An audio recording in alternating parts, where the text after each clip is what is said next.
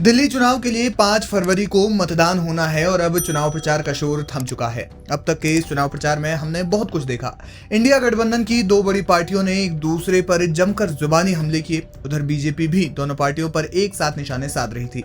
यानी प्रचार के दौरान चुनाव में जो रोमांच होता है उसकी कोई कमी नहीं थी। लेकिन इस प्रचार के दौरान कुछ बड़ा ही दिलचस्प देखने को मिला और दिलचस्प ये कि दिल्ली की 70 विधानसभा सीटों में से जिन भी सीटों पर आम आदमी पार्टी ने मुस्लिम प्रत्याशी उतारे, वहां पर आम आदमी पार्टी के संयोजक अरविंद केजरीवाल चुनाव प्रचार के लिए नहीं गए। जी हाँ, पार्टी ने 5 विधानसभा सीटों पर मुस्लिम प्रत्याशियों पर दांव खेला है, लेकिन 5 सीटों पर केजरीवाल ने चुनाव प्रचार नहीं किया। खासतौर पर तब जब पिछले 2 चुनावों में मुस्लिम प्रत्याशियों वाली सीट पर पार्टी का स्ट्राइक रेट 100% रहा। यानी 2015 और 2020 के विधानसभा चुनाव में आम आदमी पार्टी ने जिन सीटों से मुस्लिम प्रत्याशियों को उतारा, उन्होंने वहां से जीत दर्ज की। ऐसे में बड़ा सवाल यह है कि अरविंद केजरीवाल मुस्लिम प्रत्याशियों वाली सीट पर खुद प्रचार करने क्यों नहीं उतरे।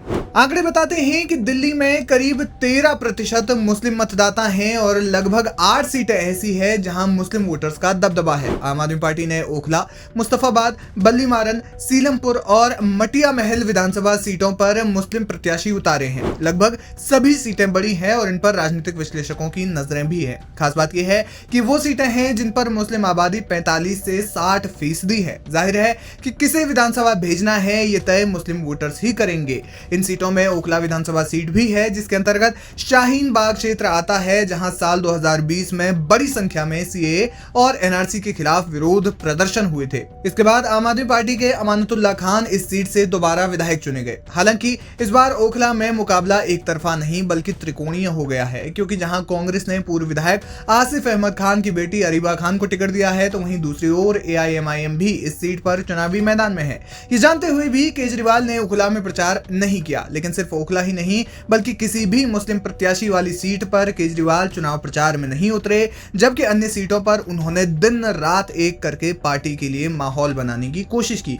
राजनीतिक विश्लेषक मानते हैं कि अरविंद केजरीवाल दिल्ली में सेफ पॉलिटिक्स कर रहे हैं। चुनाव प्रचार के दौरान भी मुस्लिमों से जुड़े मुद्दों पर अरविंद केजरीवाल इतने मुखर नहीं दिखे। ऊपर से मुस्लिम प्रत्याशियों वाली सीटों पर कांग्रेस और आम आदमी पार्टी आमने सामने खड़ी हैं और दोनों ने एक दूसरे पर जुबानी हमले करने का एक भी मौका नहीं छोड़ा। हालांकि दिल्ली में कांग्रेस का एक भी विधायक नहीं है, लेकिन इस बार की स्थिति पहले से काफी अलग मानी जा रही है। कहा जा रहा है कि दिल्ली दंगों और सीएए एनआरसी विरोध प्रदर्शन के बाद मुस्लिमों की नाराजगी आम आदमी पार्टी को लेकर बढ़ी है। अक्सर ऐसे मौके आए जब आम आदमी पार्टी इस तरह के विवादों से किनारा करती हुई नजर आई। राजनीतिक विश्लेषकों का मानना है कि मुस्लिम वोटर्स के मन में आम आदमी पार्टी को लेकर यह विश्वास था कि बीजेपी को केवल वही हरा सकते हैं, लेकिन पिछले कुछ समय से असदुद्दीन ओवैसी मुस्लिम समुदाय की एक प्रमुख आवाज बनकर उभरे हैं और इसलिए कहा जा रहा है कि एआईएमआईएम इस चुनाव में आप या कांग्रेस के मुस्लिम उम्मीदवारों का गेम फंसा सकती है। अरविंद केजरीवाल की सेफ पॉलिटिक्स के चलते चुनाव में मुस्लिम प्रत्याशियों वाली सीट पर प्रचार का जिम्मा संभाला पार्टी के सबसे सेक्युलर चेहरे संजय सिंह ने। उन्होंने इन सीटों पर प्रचार में खूब पसीना बहाया, उनके साथ प्रचार में उनका साथ दिया। जम्मू में आम आदमी पार्टी के इकलौते विधायक महराज मलिक ने, दोनों नेताओं ने पार्टी के फेवर में खूब प्रचार किया। हालांकि केजरीवाल ने खुद नहीं लेकिन समाजवादी पार्टी के जरिए मुस्लिम वोटर्स को साधने की कोशिश की।